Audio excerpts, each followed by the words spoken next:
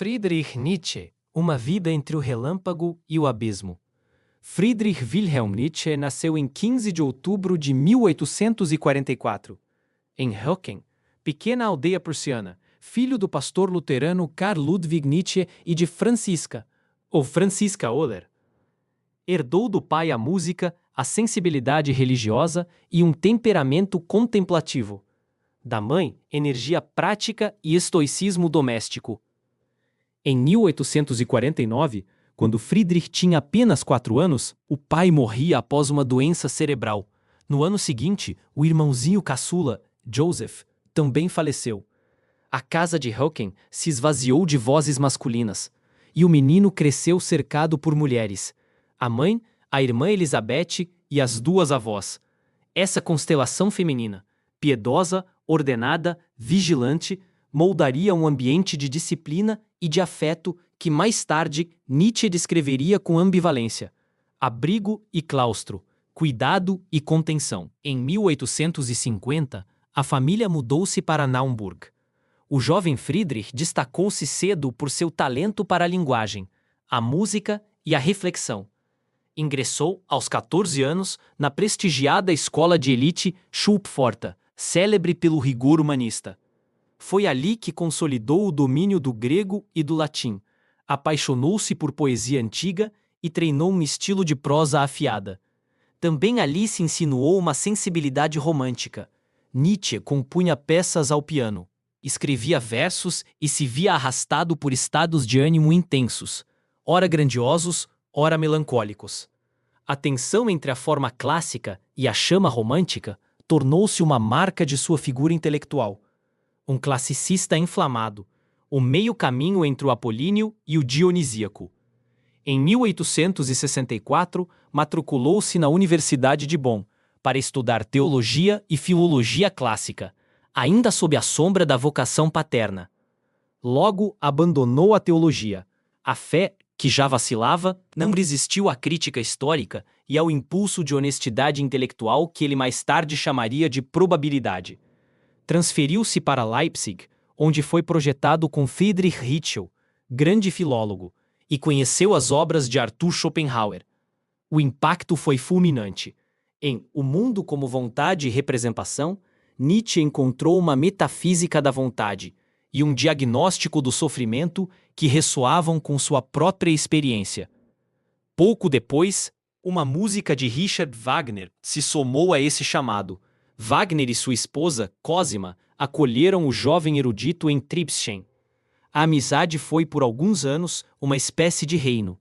Arte como redenção, Alemanha como destino espiritual, a promessa de uma cultura nova. A carreira acadêmica começou cedo, quase prodigiosamente. Em 1869, sem doutorado formal, Nietzsche foi nomeado professor de filologia clássica na Universidade de Basileia, com apenas 24 anos. Ali estreou, em 1872, com O Nascimento da Tragédia, obra que tentou religar poesia e música, Apolo e Dioniso, Grécia e modernidade. O livro foi recebido com frieza pela filologia tradicional. Para os pares, faltava-lhe erudição metódica. Para Nietzsche, sobrava-lhe vida. O descompasso com a guilda foi duradouro. Na mesma época, surgiram também problemas de saúde, enxaquecas lancinantes, distúrbios digestivos, hipersensibilidade à luz, episódios de exaustão que o fariam alternar períodos de trabalho febril e abatimento.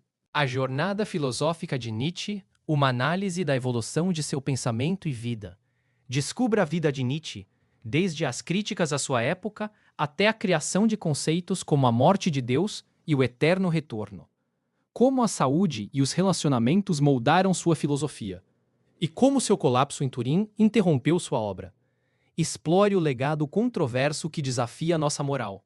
Será que Nietzsche nos libertou ou nos deixou à deriva? Entre 1873 e 1876, Nietzsche publicou como Considerações Extemporâneas, ensaios contra o espírito de época e a idolatria do progresso, e começou a se distanciar de Wagner.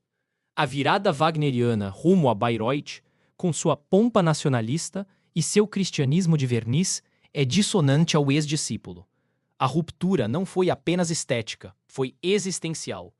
Em 1879, debilitado, Nietzsche renunciou à cátedra em Basileia. Iniciou então a vida errante que marcou sua década mais criativa. Verões nas alturas do Engadin, Sils Maria, invernos no clima mais ameno de Gênova, Nice, Rapallo. Uma mala com poucos objetos, pilhas de cadernos, a obstinada busca de um ar que lhe fosse suportável. É nessa fase que se desenha o filósofo incendiário que o mundo conheceria. Humano, demasiado humano, 1878 a 80, traz o corte com a metafísica e o culto do gênio. Uma psicologia das profundezas que retira véus morais e descobre o trabalho dos impulsos, dos interesses e das interpretações. Aurora, 1881, e a Gaia Ciência, 1882, avançaram nessa genealogia da moral e introduziram temas que se tornariam centrais: a probidade intelectual, o amor fati, a experimentação de si. Em a Gaia Ciência que surge com um lampejo, o pensamento do eterno retorno. Vislumbre em Sils Maria a hipótese de que a vida, com todas as suas dores e delícias, poderia ser afirmada como se retornasse infinitas vezes. No mesmo período, a breve e tormentosa ligação com Lou Andrea Salomé, em 1882, trespassou com sentimentos contraditórios. Houve intensa amizade, projeto de uma comunidade de livres espíritos, mal-entendidos, recusas e rompimentos. A ferida afetiva não explica sua filosofia, mas deixou sedimentos na sua escrita sobre amor, ressentimento e criação. Em 1883 a 85, Nietzsche compõe Assim Falou Zaratustra, seu livro mais singular: poema, evangelho laico, manifesto e dança. Zaratustra anuncia a morte de Deus, não como blasfêmia juvenil, mas como diagnóstico cultural, e conclama o além do homem, figura de transvaloração, aquele que cria valores à altura da terra. O tom profético e a forma lírica afastaram leitores. O autor, cada vez mais solitário, responde com lâminas ainda mais finas. Além do bem e do mal, 1886, e Genealogia da Moral, 1887, refinam a crítica aos valores herdados, desnudando a história de conceitos como culpa, má consciência e ideal ascético. Sua prosa, afiada em aforismos, alterna a couraça do analista e o riso do satirista, como se cada sentença precisasse abrir caminho a golpes num bosque denso. A recepção era modesta, a saúde frágil, a vontade inquebrável. Em 1888, em Turim, surgiu a súbita colheita, um ano de superprodução e de estilo cristalino. Escreveu o Caso Wagner, O Crepúsculo dos Ídolos, O Anticristo, Ecce Homo e Nietzsche contra Wagner. Os títulos já dizem algo do humor, demolidor e jubiloso. O Crepúsculo oferece Como Filosofar a Marteladas. O Anticristo ataca o cristianismo como moral de ressentimento. Ecce Homo, autobiografia irônica, expõe a oficina e a ferida, alternando orgulho e autoencenação. Há também cartas desse período, as chamadas Cartas da Loucura, em que a autoimagem de Dioniso transborda para a megalomania. O limite entre clareza e desagregação se torna tênue.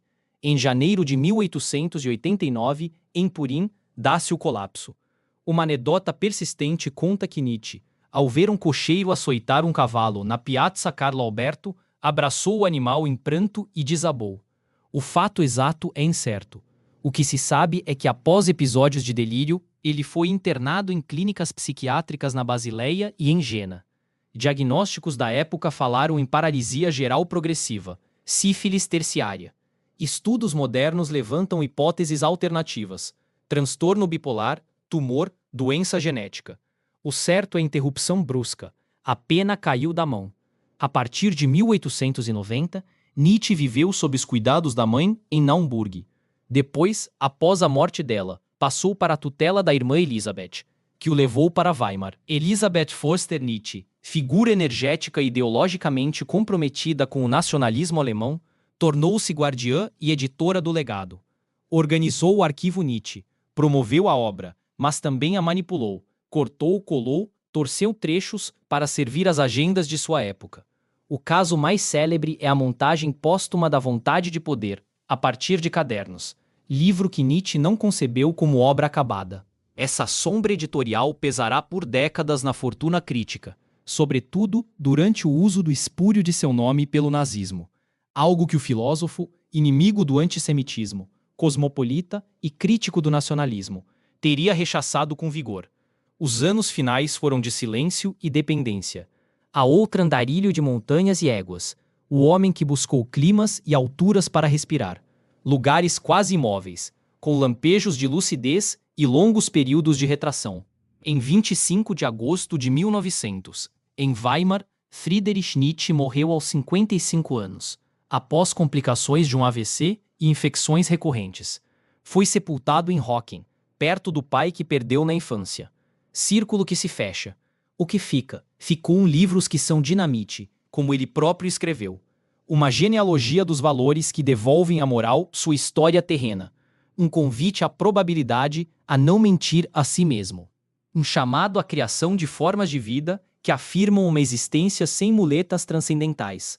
Fica um estilo que oscila entre o bistuí e a lira, o riso e a sentença lapidar. Fica também a advertência contra a captura. Nietzsche não é um sistema, é uma provocação. Não é um monumento, é uma inquietação posta em marcha. Da criança órfã entre mulheres devotas ao professor prodígio.